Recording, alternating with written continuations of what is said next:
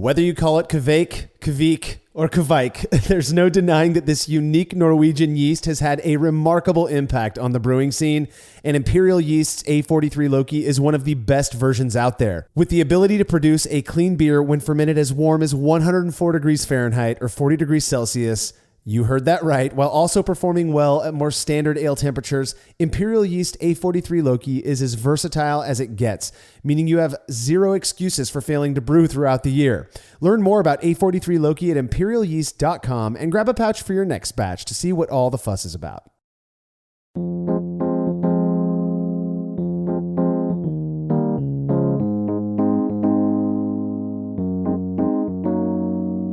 Hey everybody, you are listening to the 270th episode of the Brülosophy podcast. I'm your host, Marshall Schott, and as our regular listeners are very well aware at this point, we dedicate every 10th episode of this show to answering questions that were submitted by listeners, which is exactly what contributor Cade Jobe and I are going to be doing today. Yeah, another Q&A episode, 270. That's nuts. That's a lot of questions, and we got a bunch of good ones today. I'm excited about them.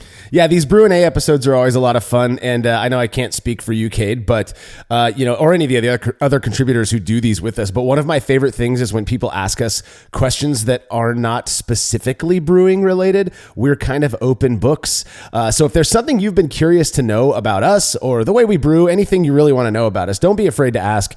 All you have to do is shoot your question to feedback@brülosophy.com and make sure to put Brü A in the subject line so that we know to add it to the Brü A list. I'm always surprised with how many questions we end up getting between every 10th episode like this. Definitely too many to address on a single episode. So if you did submit something that we don't get to today, we likely will in a future Brü A episode. So just be patient. We did not forget about you, I promise. All right, if you like what we're up to and you want us to keep doing it, please consider becoming a patron of Brülosophy. By committing to a small monthly pledge over at patreon.com/Brülosophy, you'll receive rewards like access to unpublished recipes, unique discounts at YakimaValleyHops.com, and an invitation to a monthly live Q&A session with somebody in the brewing world. Just this weekend, Jordan Folks from Brülosophy, also the 2022 Oregon State Homebrewer of the Year, took questions from patrons. And coming up in February of 2023, Clay Disney from Jaded Brewing will be spending about an hour hanging out with patrons. If you happen to be one of the few homebrewers out there who are unfamiliar with Jaded Brewing, they make some of the coolest and not to mention fastest immersion chillers out there. I've used their Hydra, the King Cobra, and currently I'm using the Scylla with my electric rig. Every single one of them chills wort at breakneck speeds. I know not everyone is into immersion chillers, which is totally cool, but this session is going to be a fun one regardless. And it's, in addition to being an expert on chilling wort in general, Clay's just a cool dude who also happens to hold the title of first official sponsor of Brülosophy. So we love him for sticking around with us as long as he has. You can check out all of the unique chillers Jaded offers at jadedbrewing.com. And if you want to be a part of this session, you have to make your pledge at patreon.com/Brülosophy no later than Friday, February 24th, 2023, as Clay's going to be taking questions that Saturday, the 25th. All past sessions are stored on our private Patreon and Facebook pages, so patrons can go back and watch them whenever they like. Real quick, I just want to give a huge shout out to those of you who chose to support us on Patreon since the beginning of the year. It really does mean a lot to us to know that you appreciate what we're doing enough to throw a few bucks our way every month to keep us around. So thank you again. Another really easy way to support us if you don't feel like doing a monthly pledge is just by using the links found at brülosophy.com/support when you're shopping online. Your experience doesn't change at all, and we get a little kickback for the referral. Finally, if you wouldn't mind leaving a rating and review of this show in Apple Podcast or wherever it is you listen to podcasts, that would be awesome. Another shout out to all the folks who left us reviews since the beginning of the year. Apparently my guilt trip worked. There's actually one review in Apple Podcasts saying as much, and we're fine with that. We're getting so close to that 1,000 review mark and would love your help making it there. Feedback is brought to you by Clawhammer Supply, who in addition to having a badass YouTube channel chock full of great brewing related content, sell what we believe to be some of the best electric brewing systems on the market. If you've been considering making the move from propane to electric, you owe it to yourself to check out Clawhammer Supply. Whether you're after a 120 volt 5-gallon unit or something bigger like their powerful 240 volt 10-gallon system, Clawhammer has got you covered. Learn more about everything they have to offer at clawhammersupply.com, and don't forget to check out their YouTube channel as well. Listener Dennis Neoff wrote in with feedback after hearing our response to a question about bad head retention in our last Brü A episode. So that would be episode 260. Dennis said, when you talked about your Kolsch with bad head retention, it reminded me a lot of two beers I brewed that had exactly the same awful head retention, even though I would expect much better from the styles. One was a Hefeweizen and one was a Weizenbock, each having close to 5% wheat malt. Even though I don't consider the Weizenbock IBU of 32 to be extremely low, the bitterness units per gravity units are not all that high at 0.49. Perhaps we experience battery head retention with a somewhat low BU to GU ratio if a significant portion of the gravity units come from wheat malt. Do you think this could be the case? Yeah, it's possible. I mean, certainly. I mean, those hop protein complexes are going to be what helps to form foam, right? And head. So yeah, it certainly could be, right? I mean, I don't know that necessarily wheat malt is going to be lower in protein than just using like flaked wheat or like flaked oats or something like that. I mean, that should have still quite a bit of protein in there, enough to make some nice head and foam. But yeah, I mean, it's certainly possible if your BU to GU units is a little bit low. I mean, that could be something that's causing lower foam retention. So yeah, I like that suggestion. Good idea. Yeah, I honestly don't know the answer to this, Dennis, but one thing that comes to mind often for me when I'm talking about foam is the whole thing with carapils. Like most people, I was taught that carapils is used to ensure good head retention, and yet more recent lab data seems to suggest it's actually foam negative. Cade, maybe you can back me up on this, but maybe the same is true for wheat malt, right? Like, I can't say for certain because I'm in no way an expert on foam, like good old Charlie Bamforth is. But I think what you're proposing, Dennis, has just as much merit as these other hypotheses. Like I said, in that Kolsch, I did experience this weird, it was like soda foam. Like when you pour a soda and the bubbles rise and then they quickly fall and there's nothing left. That was this Kolsch that I talked about, in the last Brü A episode. So, but this is why I love experimentation so much. It's just one way for us to truly flesh things out when it comes to these types of questions. And foam is one of those kind of mysterious things to me. We know that proteins contribute to it. We know that these various other aspects do, but why then would ostensibly a beer that you would expect to have decent amount of foam doesn't? I don't know. It's kind of interesting. But what do you think about this idea about carapils, Cade? I mean, that to me was very weird to hear that carapils may actually be foam negative. Yeah. I mean, all those caramalts, right? Cara Hellas, Carapils, all those. I was expecting Cara Munich. Like the point of those is to improve head retention, right? Or at least was always my thought. But yeah, it's interesting to hear that it may not be that way. I mean, there's a lot of things that are foam negative, right? I mean, right. Proteins are needed for foam, but again, oils and fats and stuff aren't. Yeah. So I mean, who knows? I mean, maybe there's something that's happening in there. I don't know that there's necessarily more oil in the beer using like Carapils or wheat malt, for example. But right. Who knows? I mean, I think there's still a lot we don't know and a lot to explore. And maybe somebody like Charlie Bamforth would know the answer off the top of his head, but like you, Marshall, I don't.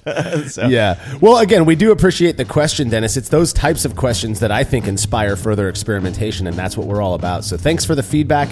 If you have show feedback, you could send it to feedback@brulosophy.com or leave us a note on social media. When we get back from this break, answers to your questions.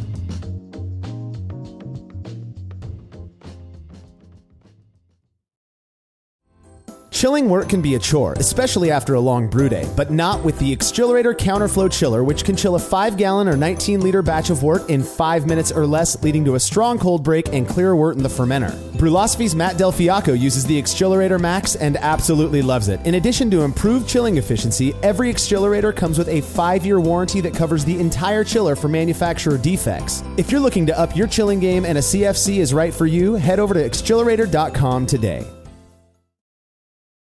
There's no denying that stainless steel is the best material for brewing equipment, and Delta Brewing Systems offers some of the lowest prices on high-quality stainless gear, like the Firm Tank, which in addition to holding 8 gallons or 30 liters of wort, comes with a domed lid to even further reduce the chances of a messy blow-off. Plus, it can hold up to 4 psi of pressure for closed transfers. Delta Brewing Systems also has their own line of brew kettles, as well as one of the lowest-priced all-in-one electric brewing systems out there, and their prices are shockingly low. If you're in the market for legit stainless gear that won't break the bank, do yourself a favor and head over to deltabrewingsystems.com today.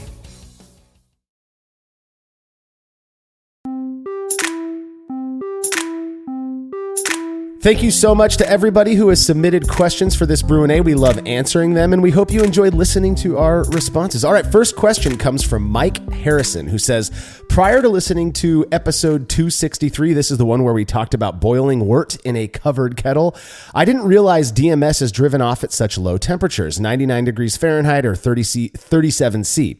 This made me wonder, do you think on a homebrew scale, we're driving off a majority of DMS during the mash? We're holding the wort well above 99 degrees Fahrenheit, again, that's 37 C, sometimes for 60 minutes or more. Depending on the individual setup, whatever they're using for the mash may not always be a covered vessel. What do you think? Yeah, so this one is interesting. Whenever I first read this question, I was like, oh, crap, did I screw something up whenever I was talking about this? Because on one hand, that makes a lot of sense, right? Like you think, oh, yeah, the DMS is driven off at 99F and mashing is way above that. But this is a question of SMM versus DMS, right? So SMM is the precursor, which we mentioned in the show.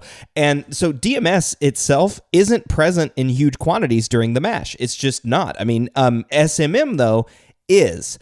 So if DMS was present during the mash, yeah, it would volatilize, right? Because the mash is at a higher temperature. SMM is the precursor, and SMM is what thermally degrades into DMS. That thermal adjective there is doing a lot of work, and that takes high temperatures. It takes temperatures near boiling for SMM to degrade into DMS. So even though DMS boils at 99 Fahrenheit, 37 C, SMM still has that 37 minute half-life at boiling temperature. And again, it would take 120 minutes to degrade all of the SMM into DMS, which the DMS would then immediately boil off because it's above 99F. So this is a really good question, a really good idea, and it almost stumped me for a second there, but then I was like, oh, yeah, that's right. It's a question of DMS versus SMM, the precursor. SMM present in the mash, DMS not in the mash. Right. And my understanding, though, this is not an area of expertise for me, but I've done a surprising amount of reading on it just because of, past experiments that we've done on boil vigor and uncovering the kettle while you're boiling, as well as just the boil length, right? DMS, it's this thing that people love to point out because I think it's fun to say for whatever reason. But there is, my understanding, though, is that modern malts, these well-modified malts, because of whatever process maltsters are using nowadays, the presence of SMM is actually lower than what it would have been, 100 years ago. And this was explained to me by somebody in malting. I don't like to name drop because I don't want to misquote anybody and have it be put on them. So if I'm wrong here, I apologize. But what I heard was basically that the modern way of the malt producing process, so not just malting, but malting, kilning, getting those malts ready for you to use in a beer, actually does drive off quite a bit of the SMM. So it does some of that conversion ahead of time. Now, can you still get DMS in a beer? I believe you can. We've tried very hard to do that, and it's been very difficult. And we've had lab tests done on Pilsner malt beers that were boiled for 20 minutes, I believe is one that we did, sent it into a lab compared to a beer that was boiled for an hour or 90 minutes or something like that. And both of those had, first off, similar amounts of DMS, and the amounts of DMS were imperceptible. They were low enough to fall below that threshold that most human beings can experience it. So it is weird because I feel like when we talk about DMS and then we go into SMM and we're talking about technicalities that are absolutely true. We know that DMS is a function of SMM, that SMM is the precursor that ultimately then creates DMS. But we're still not getting this DMS in most beers these days. And it'd be interesting for me to have somebody actually produce a beer that has noticeable or perceptible levels of DMS and then have that measured in a lab to confirm that it's not just malt character you're tasting, Because I think a lot of people get mixed up with that. They taste something a little unique. Maybe they're using a craft malt or they use some different technique. One of the things that Jordan was talking about in his Q&A recently was how, brewing with this low oxygen approach, how the malt character, he goes, it's almost hard to define how different it can be if you use this method to the point, and he made a comment to the point that some people may think there's something wrong with the beer because it's so unique. And that's how I think about DMS often, is I wonder if it's not DMS people are tasting or diacetyl people are tasting. It's just the beer is different. And so you're trying to figure out what that is and you default to an off flavor. So anyways, I'm kind of going down a rabbit hole there. Those are my thoughts. No, you're right. You're right on track, right? I mean, again, DMS is one of those that's definitely elusive, but like you mentioned, and like we mentioned in the episode, this has been confirmed, right? DMS is present in a lot of beers, in a lot of commercial beers. I mean, this is how it works. It's been confirmed for 50 years. There's been a lot of science that's done it. And so almost every beer has DMS in it. The question is how much, and then where do you taste it at, right? Exactly. Like where's your threshold for perception of it? Obviously, I guess Marshall and mine are pretty, our thresholds are pretty high. Meaning it takes a lot of DMS for us to actually taste it. Well, maybe. That's me with diacetyl. You have to. I thought I was super sensitive diacetyl, but with DMS, for some reason, even the lower thresholds when I'm using flavor standards, I could taste it. I've never tasted it in a real beer though. So when I put that together, going, wow, I thought I had. I just think it's really, unless you do flavor standards, we say this all the time. Unless you're actually messing around with flavor standards, chances are I'm not going to completely trust, if you're saying you taste an off flavor, because it could be one of a million other things. Yeah, exactly. I mean, it could be a bunch of stuff. So off flavor tasting is the best way to check it out. If you think you've got a DMS problem, buy yourself a flavor standard, taste it, then taste your beer and see if it tastes the same. Yeah. I can tell you, I was definitely shocked the first time I did that with especially acetaldehyde and DMS, because it does not taste like cooked corn for me. Yeah, exactly. And we talked about that, but I don't want to go too far down that rabbit hole. But back to your question. Yeah, is DMS volatilizing during the mash? Yes, if there's any DMS present, but there's probably just not a lot of DMS present. Right. It's still SMM, right? Yeah. All right, so next question comes from Nick Dag. He says, the last couple of batches I made left a strange taste on the back of my tongue, like a bite. I'm trying to think of what this could be from, maybe signs of an infection. What else could it be? Any help would be greatly appreciated. Oh, Nick, this is like opening a Pandora's box of beer nerds to talk about, to speculate how vague this question is. When I hear bite, two things come to mind. One, overly bitter, because that hits the back of my tongue every single time. And I've made probably 3 beers of the hundreds of beers that I've brewed where I just overdid the bittering charge and it came out, enamel peeling bitter. And so that's one that I think of, but you can also get a very, very, that bitterness. If you amplify that, if you consider like a really bitter beer and then times that by 3 and add a really tinge of just kind of unpleasantness to it, that to me is what I get from oxidized hops. If you're bittering with oxidized hops, that beta acid isn't going to degrade the way alpha acids do. So now you're getting your bitterness. This is my understanding, at least, from these old oxidized hops that have this beta acid bitterness, that the way that I describe it is oily bitter. It's this sticky bitterness that just doesn't go away. It's really bad. So make sure you're taking care of your hops by storing them in your freezer. Keep them out of sunlight. Don't let them sit out for too long when you're brewing, and going back to reuse them. The other thing that I always go to is water chemistry. It is not difficult to mess up the bitterness, that kind of sharp taste of a beer by messing around with your water, or by using water that's just not good for brewing if it has high levels of chloramine or chlorine that you don't take care of, if your water is just either too hard and depending on what minerals are going in to make up that hardness. So again, this is kind of a vague question, Nick, but those are the two things my mind goes to. Could it be a contamination? Absolutely. And contaminations can really bring out some odd characteristics in beer. But if you know that you're minding your cleanliness and your sanitation, I doubt that's the case if it's multiple beers. You've made a couple batches, you said. I would imagine that your second one, after that first bad one, you took extra care to sanitize your gear. So my guess is it's probably, the consistencies usually are the way you're bittering beer and the water that you're using. So those are the two first places that I would look to make some changes, to adapt some things a little bit and see if you can't get away with, maybe changing out your water with RO water that you adjust up based on what somebody else is doing and has had success with, might be good. And then getting some fresh, high alpha bittering hops. See if you can't reduce that unpleasant characteristic with that.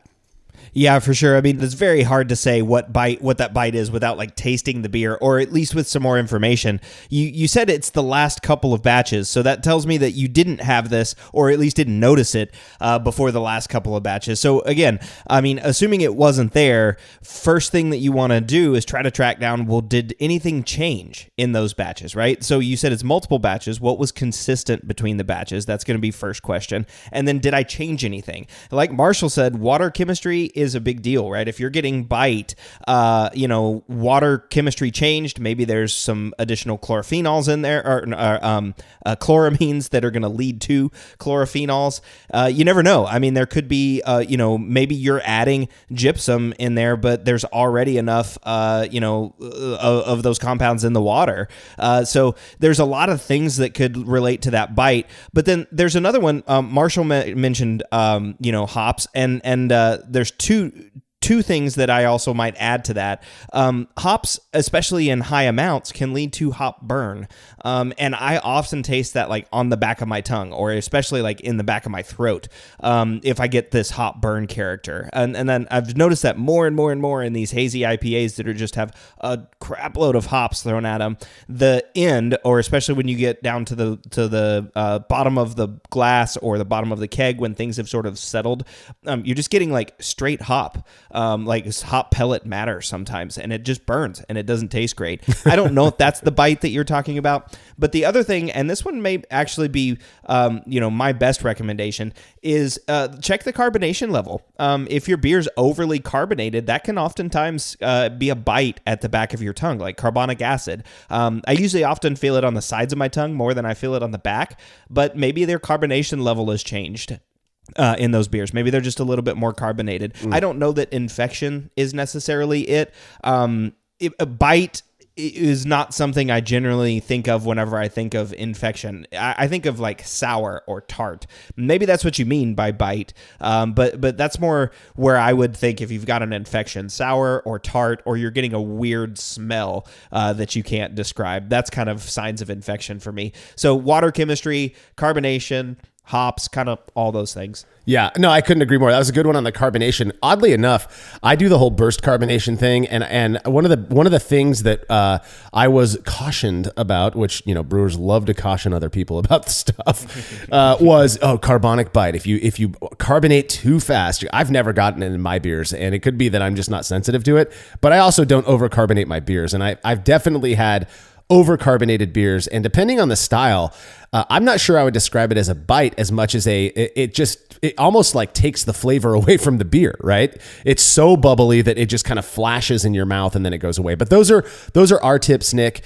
Give it a shot. If the first batches, that was something I hadn't really considered, Cade, is that those first couple of batches that he made, or if these last few, I suppose, are the only ones where he's noticing this, then that would suggest, a few things that it could possibly be. Maybe it is a contamination because a bug got in there somewhere, but it could be a change in where your water is sourced from if you're using tap water. It could be that the hops that you're using for bittering did get oxidized. So there's a lot of things to look at here, but I don't think that this is one of those things that's impossible to fix. And so that was my point was, if you're only just picking it up now, you've got a lot of options. So thanks for the question, Nick. Next question comes from Bradley Jennings. He actually has two questions, so I'll read both of these, but we'll hit each one separately. So the first one, he says, when doing experiments, how necessary do you believe it is to have two separate brew systems? Obviously, two matching fermenters eliminates that as a variable, but would it degrade the experiment if you brewed one batch, cleaned up, then brewed the second batch and sequenced everything else like wort temp, pitch rates, fermentation times, cold crash length, transfer style, and carbonation time and style? So this one's an interesting question, right? Do you need two separate brew systems? And for me, there's no correct answer to this. There's no 100% like this is the only way you can do it. Now I'm gonna let Marshall talk about why we do it the way we do at Brewlosophy, because he's the one that set it all up, right? And he's it's my fault, Cade. No, he's the one that's got it. I mean, there's some very good reasons for it, right? I mean, I think there's some really there's some sciencey and technical reasons, but there's also a really really practical reason for me that I've realized now. If you brew sequentially, it takes you twice as long to brew. If you've got two systems, you can brew at the same time and you can get 2 batches done in roughly the amount that it takes to do 1 batch. And for me, that's really a practical time saving, right? So I'm not taking 12 hours to brew an experiment. It takes me 6 hours.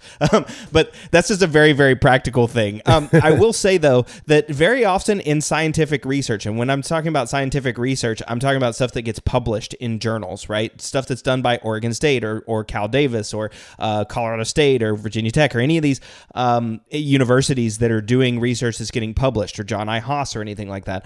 They don't often have 2 separate brew systems to be able to brew simultaneously. So they'll very, very often brew sequentially. Yeah. Especially if you're brewing like 17 or 18 beers for an experiment, you don't have a choice. Nobody has 17 systems that they can brew all right together.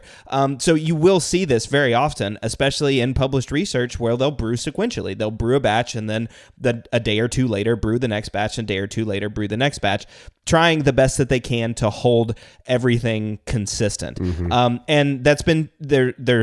I don't know that there's ever been a research study, at least not one that I found, that was like, testing the variability between batches brewing sequentially like that. But it's just a practical aspect of research, right? You just can't do it another way. There's no way to brew 17, 5 or 10 hectoliter batches at a time, right? Yeah. So it's just not possible. But there are very, very real reasons why you might want to do that if you can, like we can at Brülosophy. And I'll let Marshall talk about that. Yeah, that was the point that I was going to make, is when we started doing, so I started doing experiments before Brülosophy was actually a thing. I think I've told the story before that a buddy of mine that I was brewing with pretty much 2 to 3 times a month, and we were brewing, we'd brew a batch or 2, a split batch, 10-gallon type of thing. He left town, and I just kind of got bored, and I didn't want to lose my passion for this thing. So I built myself an identical mash tun, and I bought myself an identical kettle to what I already had. So I had 2 identical setups that I could brew on, staggered by 20 minutes as opposed to staggered by 4 to 5 hours. And there's a lot that people say about home brewing that is a bonus versus commercial brewing. And one of those is that, we have the ability, because of our scale, to do all of these crazy things that a commercial brewer just can't do. That's sort of the way I look at experimentation as well, right? We have the ability to brew simultaneously at the 2 batches at the same time without it being too hectic, so that those batches are the biggest variable other than what we are, the independent variable that we are testing. The biggest thing is 20 minutes start time difference. So if you've got wort sitting in your fermentation chamber unpitched, waiting for a second batch, you're looking at 20 minutes to a half an hour versus 6 hours or a day or whatever it might be. Commercial breweries just can't do that. And some of the comments that I've received over the years, 9 years at this point, are that people expressing appreciation for the fact that we go this extra length. And one of the curious things is the sponsors that we work with, very few. There have been some that ask the same question that Brad's asking here. Very few, though, don't appreciate the fact that we're doing it the way that we're doing it, that we are committed enough to brew 2 batches at the same exact time and kind of go that route. And I think it's just cleaner that as many variables, extraneous variables, that you can reduce during the process, the more confidence you can have in those findings being what they really are, being what they suggest at the very least. And so that is the main reason we do that. Now, when we have the Brew Club Experiment Series, and with that, the contributors to Brülosophy, if you're brewing a dual, and anything that comes after, if the experiment comes after the wort has been boiled, you're fine. You don't have to do 2 batches at the same time. It's actually cleaner for you to split a 10-gallon batch of wort. But anything that comes before that, we have to brew them simultaneously. That's just a part of our process. The Brew Club, when they want to do these things, obviously not everybody has the ability to go out and brew 2 batches at the same time or buy 2, identical setups. So we are a little bit looser. And in the same way that you go to a university and they like you said, Cade, they are brewing sequentially. And so do, in working with Crow and Wolf on trying to come up with ideas and sticking with the Brülosophy way, it has been kind of difficult. It's the reason you haven't seen too many of these Brew Pro series experiments yet, because how are we going to justify this? And even on a commercial scale, the issue they run into, right, is, well, we don't want to brew 2 of the same exact batches 2 days in a row even. We don't need 40 barrels of that, right? So it's been difficult to move past just post-fermentation or post-boil variables on that commercial scale, which is, again, I think a part of the bonus of being able to run these experiments on the scale that we do. So is it against the rules? Should you not experiment? No, experiment. That is how we learn more. And I think that there's a lot of value in doing it ways differently than we do it.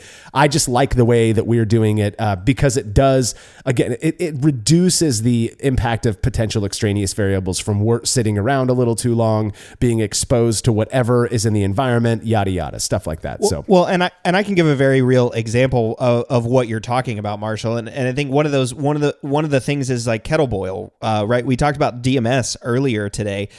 Kettle boil off rate, the amount of evaporation depends on the temperature outside, the humidity, and all those things, right? So if it's raining on one day when you're brewing, and then the next day or 2 days later it's not brewing, does that make a difference?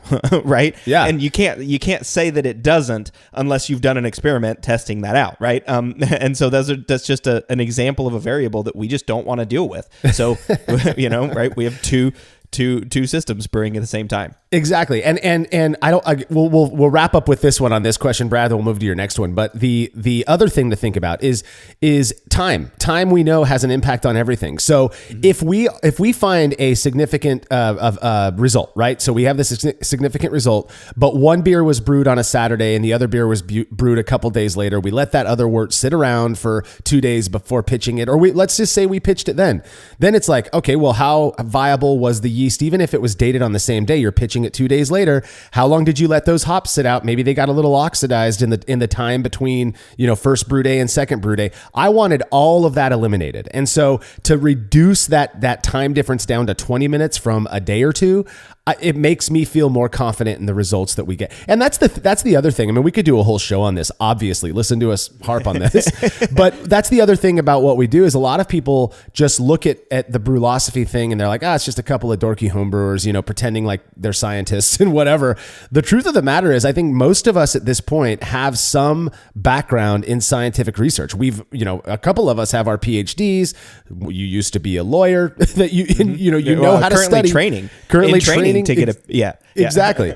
We take this pretty seriously. As homebrewy as it might be, we take it very seriously, and so we do everything we can to eliminate the impact of extraneous variables.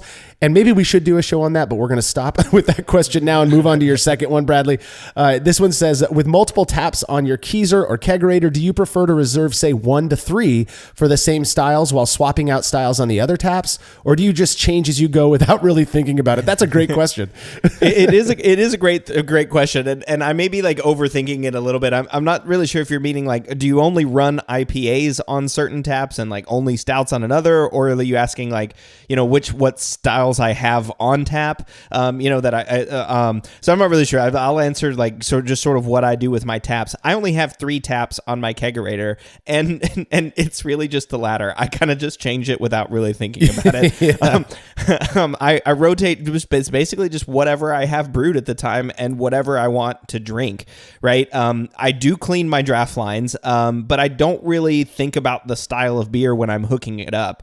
I guess I would say, like, in practice, I usually always have a light lager around and usually an IPA around, so those are at least 1 or 2 of the taps. But I don't really think about like which tap they're on. It's like, okay, tap number 3 just kicked. What do I have to put on that tap now? Oh, it's light lager. Okay, cool. Put, the Kolsch on tap number 3. It's not really like, I don't really think about or plan out like, okay, tap 1 is only for IPAs or tap 1 is only for experiment beers or anything like that. It's kind of just whatever's available. When a keg blows, I hope that I have a keg to replace it, and if I do, I just put it on. Yeah. I don't know if I can add much to that, Cade. That's exactly how I've never even considered not or I guess I've never considered worrying about the beers. I do wonder now. My initial impression when reading this question from Bradley was that, like what you said for your second thing, that he was just wondering if there's certain styles that we like to have on more than others. Yeah. But now I do wonder if he's asking about swapping of lines. I upgraded to the EVA barrier lines, which are purported to not hold on to like flavors and whatnot. But I also just keep a keg of beer line cleaner next to my kegerator, and so anytime I'm swapping out a keg, I just run, maybe a cup or two of that stuff through there, and then I let it sit in the line if I don't have a keg immediately to put on, because I believe beer line cleaner is an acidic cleaner, and I don't have these EVA barrier beer lines are amazing. They don't hold on to gunk like the old rubber tubing, the vinyl stuff that I used to use, so that stays that way. But if I could have an imperial stout on and swap it out with a German Pils, and that would not bother. I wouldn't even think about it. And when it comes to like if I've got a keg that's ready to go on, I mean, I probably won't even run beer line cleaner through the line. I'll just use beer for that. I don't, yeah. People get so in their heads about what could possibly, the truth of the matter is any bar you go to, the majority of bars you go to are doing the same thing. They'll clean their lines when their distributor comes and cleans their lines for them. I mean, that's just the way it works in real life. If you've got a full bar, you don't have time to spend 15 minutes running BLC through your beer lines, So I don't know. It doesn't concern me. Style wise, I like to have something pale, crisp, and easy to drink on. I like to have something a little more brown or amber on, and I always these days keep sparkling water on tap. My kids could pour you a beer better than most adults at this point because of their experience with sparkling water on tap. They love it. They drink it every single day. They don't do soda nearly as much as I did when I was a kid, which I'm really proud of. So that's been a big thing with my kiddos. And in fact, a little insider trading here. I've been talking with Brad, not Bradley Jennings, but Brad Gaines from Crow and Wolf. He has a ton of these samples, these flavor samples that are they're like essences, I guess. They're incredibly strong, and they come in a wild variety. I mean, like he has like kiwi watermelon and like mango pineapple, and they smell phenomenal. And they're all samples that he got from somebody somewhere, some other business. But he's like, yeah, dude, if you want to borrow some, you just add a few drops to 5 gallons of water, carbonate that, and you've got your own flavored sparkling water. So I'll be trying that, maybe doing a DIY on that in the future. But yeah, just to answer your question, Bradley, no, I don't even worry about it. I just swap out whatever I've got going and without concern. But I do like to have something pale, something a little bit darker, and then some sparkling water on. So. Yeah, well, good question, Bradley. And we should move on to the next question, which is from Jonathan Daniel. He says, I noticed you guys have done non-pressurized closed transfers with the SS Brew Bucket. I'm very interested in doing this, but I'm not sure how to set things up. Clearly, you're running from the Brew Bucket's outlet valve via a hose down to the keg's liquid outpost through a disconnect. That's simple enough, but it looks like you have some kind of white cover over the gas post. What is that? And is the hose or disconnect set up all that's needed? Can I just connect those things, open the bucket's valve, and let gravity do all the work? Do I need to do anything to the keg to help the beer flow? I've searched for this, but all I can find are articles about pressurized transfers. I may get to that at some point, but I want to walk before I run. So there's a little bit of a funny story behind Jonathan's question here, Cade. So the little white thing that he's talking about is it's a cheap little plastic thing that Adventures in Homebrewing at least used to include when you would buy pinlock kegs from them.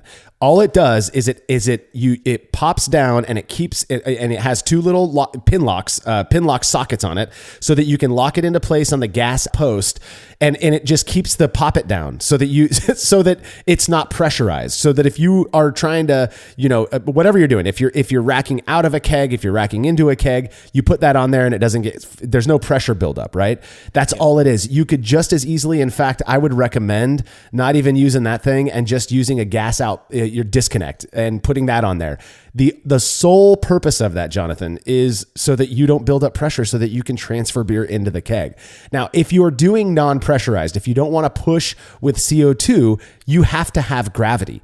So exactly what you said, if you go out of your SS Brew Bucket into your keg's liquid outpost, you are now making it a liquid inpost, if you will. You have to have something to relieve that pressure.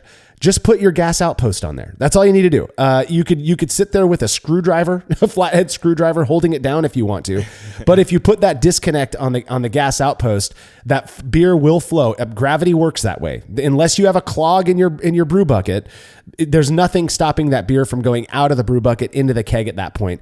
If you don't do that, you're going to get maybe a half a gallon of beer in there, and it's just going to stop flowing because it's built up enough pressure. I mean, we've all forgotten to put the post on. We're like, why is this taking so long?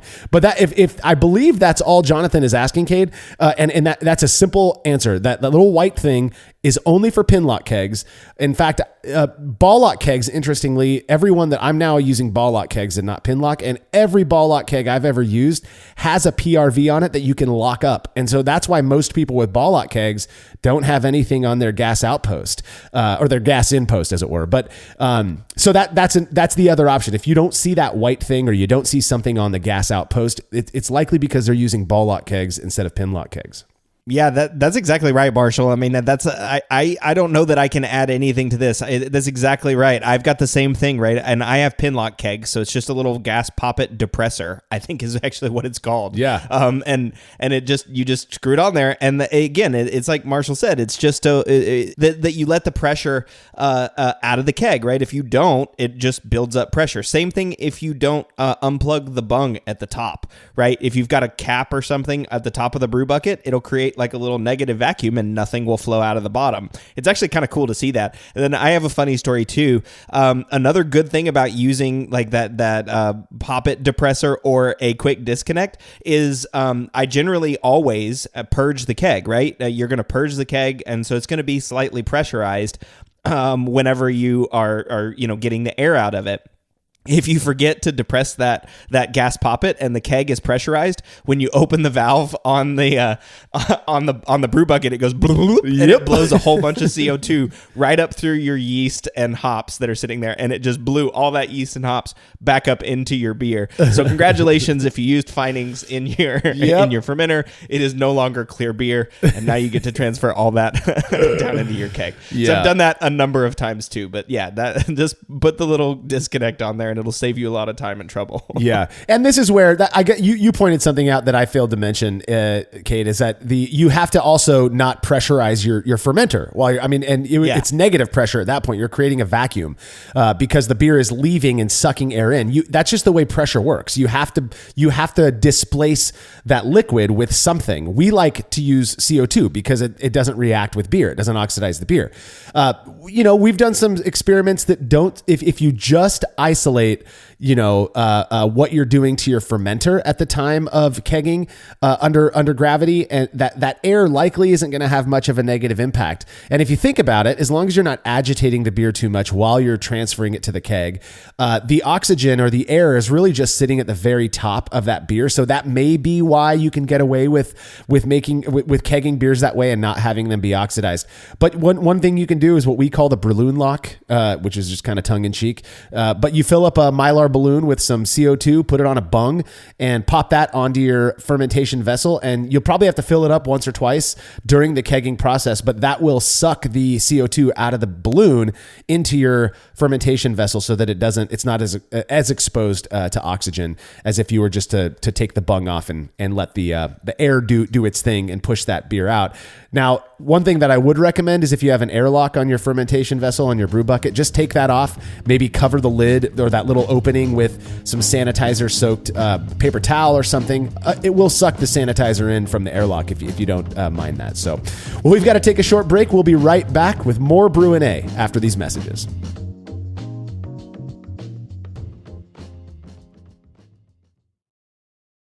After a long brew day, the last thing I want to do is waste more time chilling wort. I've tried so many different options, and ultimately I settled on the super efficient immersion chillers made by Jaded Brewing.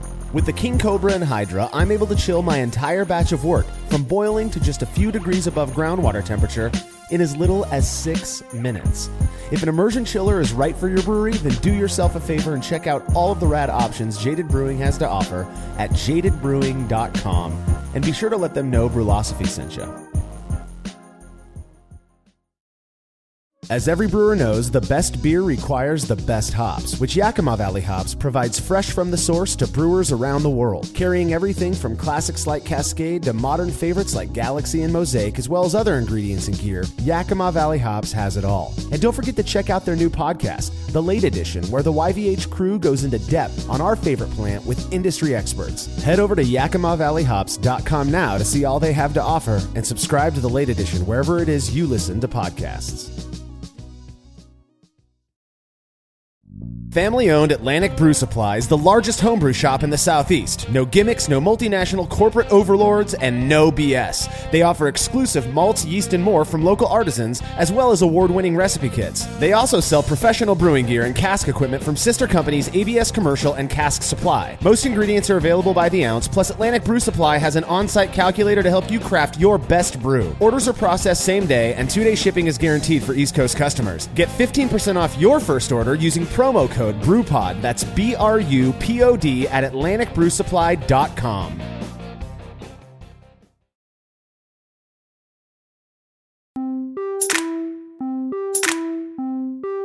Alrighty, time to answer another bunch of listener-submitted questions. Cade, why don't you kick us off on this one? All right, so this one is from Mike Armstrong. He says, I'm a new home brewer who clearly still has a ton to learn, but I'm doing my best to get caught up on all things beer. I've been listening to the podcast and can't count how many references have been made to cold crashing and using gelatin in order to improve clarity. My beers definitely haven't been perfect so far, but one issue I haven't had at all is producing clear beer. Well, good for you. Yeah.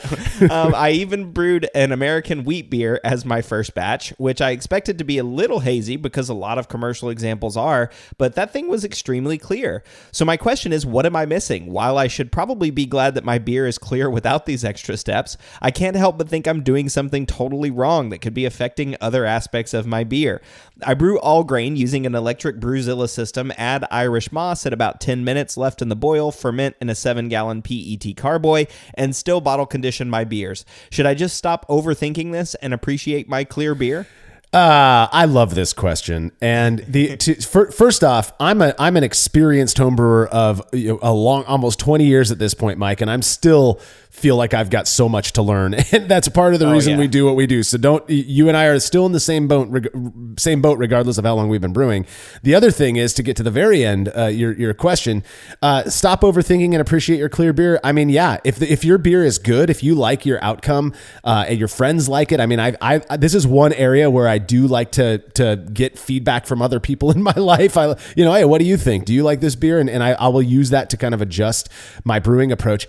If your beer is good and it just happens to be clearer than you expect, then by all means, man, I say more power to you. Keep doing it. The only thing that I can come up with, I mean, you and I could sit here and nitpick this, Cade, and to death, because there's so many things it could be. But when I think about this clarity thing, it comes back to water. Water chemistry can make or break so many different things in beer. And it's so crazy to me that for so long, we were all convinced that, as long as your water tastes good, it's good enough to brew with. There's so many things that the mineral profile of your water has an impact on, that the pH of your water can affect. And so that is the first place I would look. One way to do this is brew a notably hazy beer like an American wheat beer using RO water that you adjust to a very basic mineral profile. See what happens there. Does it stay hazy? I can brew an American wheat beer with my water that I have at my house that I know very well. It's fairly soft, and so I'll build it up a little bit with some calcium chloride and some gypsum, and that thing will remain hazy for its entire life. It'll be hazy. It will develop an element of clarity. Certain particulate will absolutely fall out over time, but I've yet to make one that drops crystal clear the way that I would expect it to do if I were to add gelatin or if I were to do something else to it to encourage clarity. So to me, that's likely a function of water. You're using the same general ingredients that we would be using to brew an American wheat beer or a hazy IPA. So, you might source your grain from someone else, but my guess is that you're getting the big name malts, stuff like that. So I don't think that it's your recipe, or I don't think, unless you're using extract, which he didn't really lay out, he's using a Brewzilla. So I would imagine it's all grain. Yeah. He's brewing all grain using a Brewzilla. Yeah. I would imagine that it may very well have to do Not so much with the way you're brewing. You're not doing anything wrong. In fact, I would be really happy if that was my problem. I suspect it's probably a water chemistry thing. I'd be curious to know what kind of water Mike is using. Yeah. I mean, first of all, I would say, Mike, is good for you. Producing clear beer early in your career is difficult. I mean, there's a lot of brewers out there that struggle for a long time to make clear beer, myself included. I struggled for a while to make clear beer before I started using finings and stuff. Should you stop overthinking this and appreciate my clear beer? I can't give you that advice because it's not in my nature to not overthink things. So I always overthink, and I just can't help it. But if you are worried about the quality of your beer, thinking that you're doing something totally wrong that's affecting other aspects of your beer, one of the things I would say is well, how does it taste? Does it taste like you want it to? If so, relax, don't worry, have a homebrew. There you go. Yep. If it tastes good and it's clear, then fantastic. Like Marshall said, it could be water chemistry related. It absolutely could be that. You're also using Irish moss, which is a kettle fining, right? So that's going to do some things to improve clarity. You said you're bottle conditioning as well. I mean, even I've done several episodes on the Brew Lab talking about how hazy IPAs drop clear, right? I mean, Haas has a new product, Hop Haze, that the whole purpose is to maintain haze in beers because beers can drop clear over time. It depends on a whole bunch of different things, what ingredients you're using, if you're using wheat, what kind of wheat, how much wheat you're using. But again, I would say, if you're happy with the beer, if it tastes good and it's coming out clear, then awesome. And if it stops being clear, that's whenever I would start to ask some questions and maybe right back in with another Q&A question. It's so interesting to think about the experience of people who are getting into homebrewing these days, because the expectation is haze. Whereas when we got into it, Cade, like if you could make a crystal clear beer, you were an expert. People were like, wow, man, this guy's a pro. But now it's like, oh man, my beers are clear. Like, what the hell? That's a good thing. Mike, you are not going to get any hate from Brewlosophy for making clear beer. So kudos to you, my man.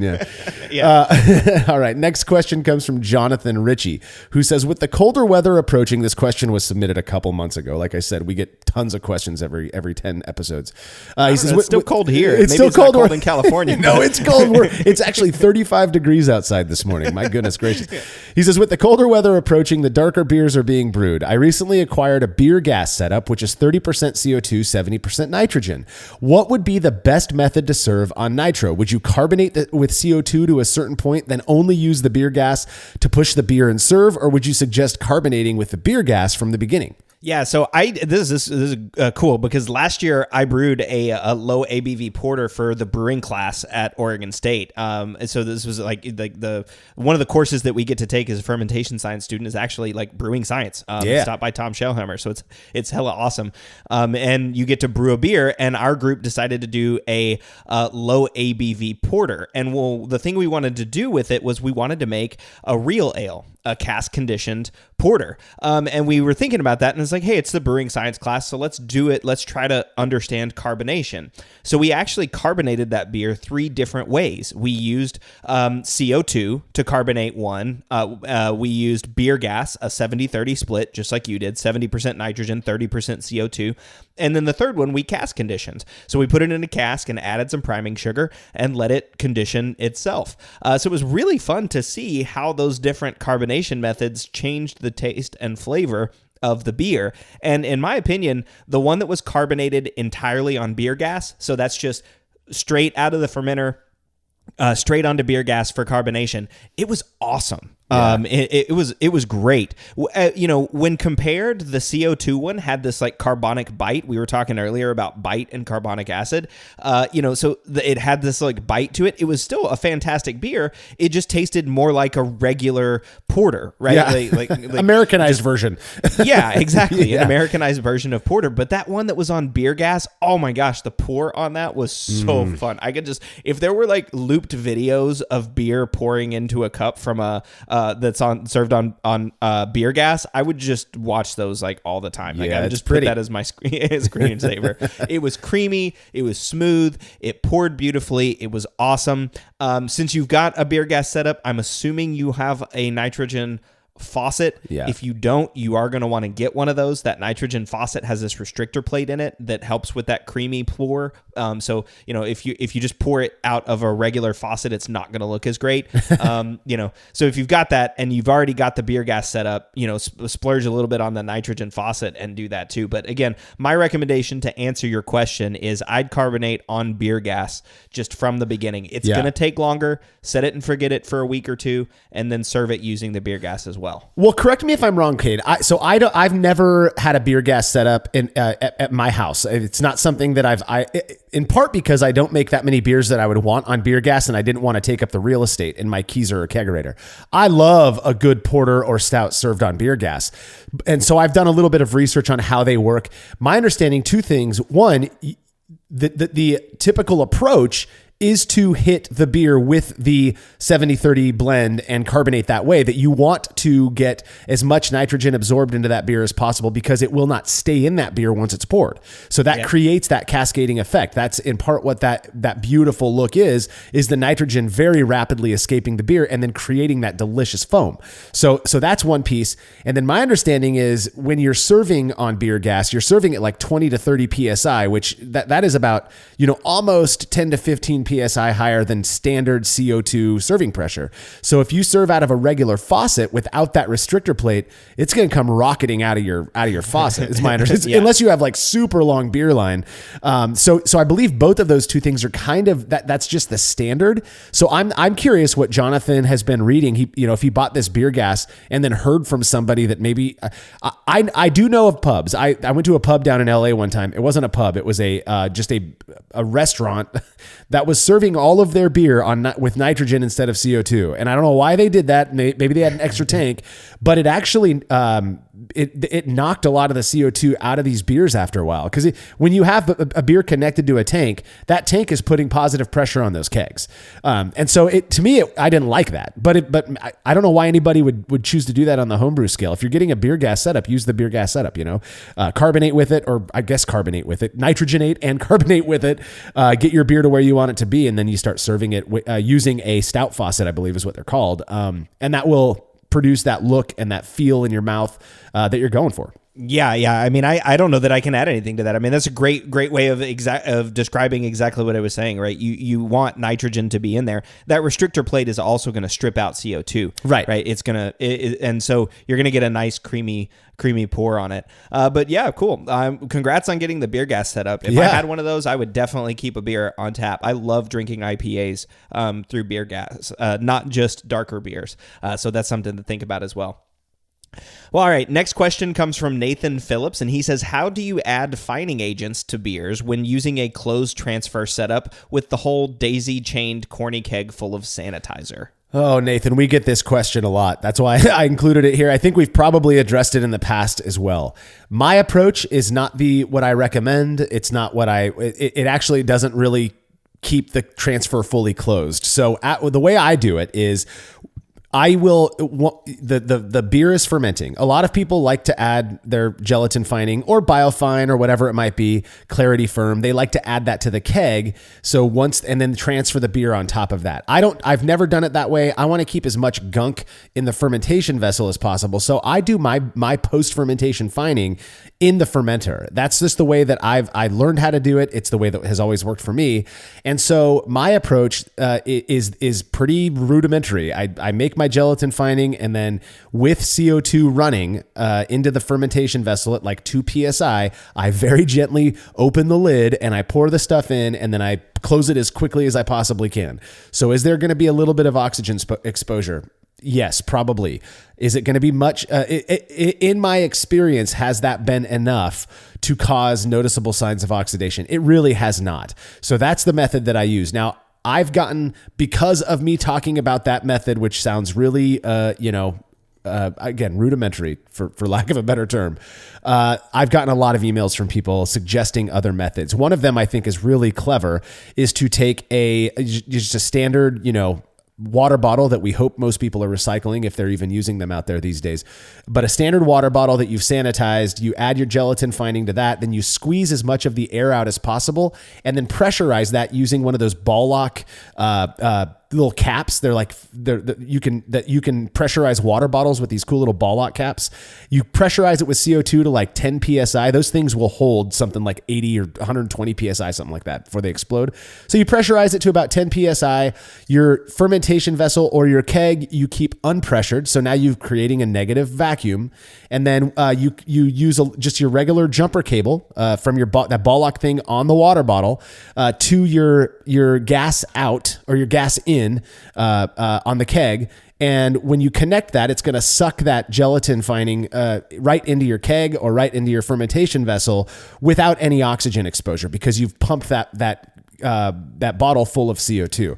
I've heard a lot of people lately who are getting away with that, and it seems to be working really well. One other person created this cool little doohickey that's they used a Y splitter, and they have like a big syringe, like one you would use for cooking, this big syringe. And they pull the gelatin up. So it's just gelatin in the syringe, no oxygen, no air. And then they push it out into the keg using a jumper style thing. There's a lot of different approaches you can do, but I've had luck just kind of taking the lid off the fermenter, adding the gelatin, closing it up. Again, I let CO2 run the entire time I'm doing that, but that's what works for me. Probably not the best approach, but again. Yeah, Marshall, it's the same for me too. I mean, I whenever I'm adding it, I just add it into the fermenter right before I crash. And so I know that's also sort of not kosher with, when you're supposed to add gelatin, because you're supposed to add the gelatin when the fermenter's already cold. But I like right at the end, fermentation's done. I've checked my final gravities stable. I'm ready to cold crash. That's when I'll go and I'll mix up, my gelatin solution and my metabisulfite. I'll mix those two things together and then put that into my fermenter, like Marshall said, running some CO2 over the top of that. But then I'll cap it, put some CO2 positive pressure on it. Again, this is whenever I do like my pressurized transfer. So I'll hook that up to the gas post and then put some CO2 on the fermenter so that whenever I cold crash, it doesn't, create a vacuum on the fermenter. But then I just cold crash it. I let it cold crash. And while it cold crashes, that beer then that comes out is super clear. And it works really well for finings. That's the way I do it. I've also seen people use like a T in the transfer cable. Right. So like coming from your fermenter to your keg, you can put a little T fitting in there. And like Marshall said, use a syringe or however you want to, inject directly into the transfer line, the finings that are going into the keg. The one thing that I don't like to do, I don't like to fine in kegs anymore, because I just get really tired of, having to, pour, 4, 5, 6 glasses of beer out of the bottom of the keg just to get all the finings out of the bottom, right? Yeah, same boat. That was my thing. I know that back when Jake was brewing for us, I think he tended to prefer actually fining in the keg, and I tried it because of him, and I hated it. I didn't like. The funny thing is you're probably dumping the same amount or losing the same amount of volume overall, because you're leaving all that stuff in the fermenter anyways. I just like being able to rack the clearest beer possible to the keg so that after burst carbonation, I can just start drinking it. That's my thing. Drinking it immediately. So hopefully that answers your question or gives you some ideas at least to think about, Nathan. Again, there are ways to add fining agents or to add whatever you want. I mean, there are people who are adding tinctures this way, to beer, flavorful tinctures, whiskey, stuff like that, that are technically closed transfer, which is going to reduce, again, the risk of oxidation. So that's a good thing. All right. Final question comes from Nick Stevens. He says, recently I tried adding potassium metabisulfite, half of a crushed Campton tablet, he says, to a purged keg before closed transferring my blonde ale to the keg, which was put in my fridge set to 38 degrees Fahrenheit or 3C.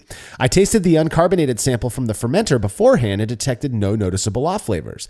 The next morning, I pulled a sample from the keg and noticed a strong sulfur aroma and taste, which made the beer undrinkable. I tried burping the keg to off-gas the SO2, which is sulfur dioxide, but even after 3 days, it still reeked of burnt match or rotten eggs. It seems to be permanently stuck in there. My question, what caused this aroma that was not previously in the beer when it was in the fermenter? Is it the PMB itself releasing sulfur dioxide gas, or is the stressed yeast autolyzing and creating its own sulfuric gas? Oh, Cade, this is such a good question to end on, because I think we actually have a solid answer for it.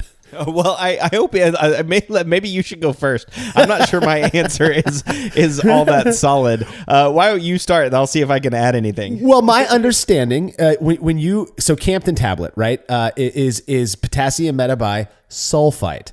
And so when that metabisulfite reacts with oxygen and other things, but my understanding is it's primarily oxygen, a redox reaction occurs wherein sulfur dioxide is created. It's a similar process as when lager yeast, when you're fermenting cold with a lager yeast, it also produces sulfur dioxide as a normal byproduct of the fermentation process. So here's the thing. Half of a Campden tablet to a 5-gallon batch of beer is an extreme amount of metabisulfite to be adding to a beer. My understanding, I've never used Campden. I buy powdered potassium and sodium metabisulfite. If I'm adding that to a 5-gallon batch of beer, which I've only done 1 or 2 times, but I use it for 8 gallons of water, my brewing water prior to brewing, and that will scrub the chlorine. Literally, I think it's 0.05 grams is it's nothing. It's like a whisper of this stuff. And that will knock all of the chlorine out within a matter of minutes. I mean, you can smell chlorine off the water. You add this stuff, you wait 5 minutes, it's gone. You don't smell it anymore. My understanding is you're using about the same amount, and maybe I'm wrong on this, but you're supposed to use that tiny little amount for a 5-gallon batch of beer to scrub any oxygen as well. And then as it reacts, as that redox reaction occurs, you're going to get sulfur dioxide. Here's the thing. That is one of the easiest off flavors to get rid of. If you're still smelling it, here's the trick. Shake your keg. If you don't have any oxygen in there, which if you've racked into a purged keg, and then you're adding metabisulfite, chances are there's no more oxygen left in that keg. So you can shake it up all you want. What you're doing is agitating it to knock that sulfur dioxide out. And then you got to purge, put some more gas on it, shake it up, purge again. I remember we were in, I believe it was Baltimore for HomebrewCon. This must have been back in 2015 or 16. And Malcolm had a short and shoddy beer. It was a Pilsner that he brewed that we were serving at the conference. And when he showed up, he was like, dude, this thing was like chock full of sulfur. I don't know if, I'm hoping the drive down maybe helped. We pulled it out, purged it once. It smelled like sulfur. And then we got it on ice, purged it a couple more times. And that beer ended up being very highly reviewed by people who drank it. And it was really good. There was no sulfur in it. It's not just purging the keg. You got to agitate that beer a little bit is what I found to drive that sulfur dioxide off. But again, the other thing you might want to look at, Nick, is not using so much Campden. I don't know for the beer side, but I think half of a crushed Campden tablet is probably 5 times too much potassium metabisulfite for what you're using it for. That part I'm not certain on, but I'm pretty confident you can get rid of that SO2 in the beer just by agitating and purging the beer. Yeah. Getting rid of the SO2, that's where I was gonna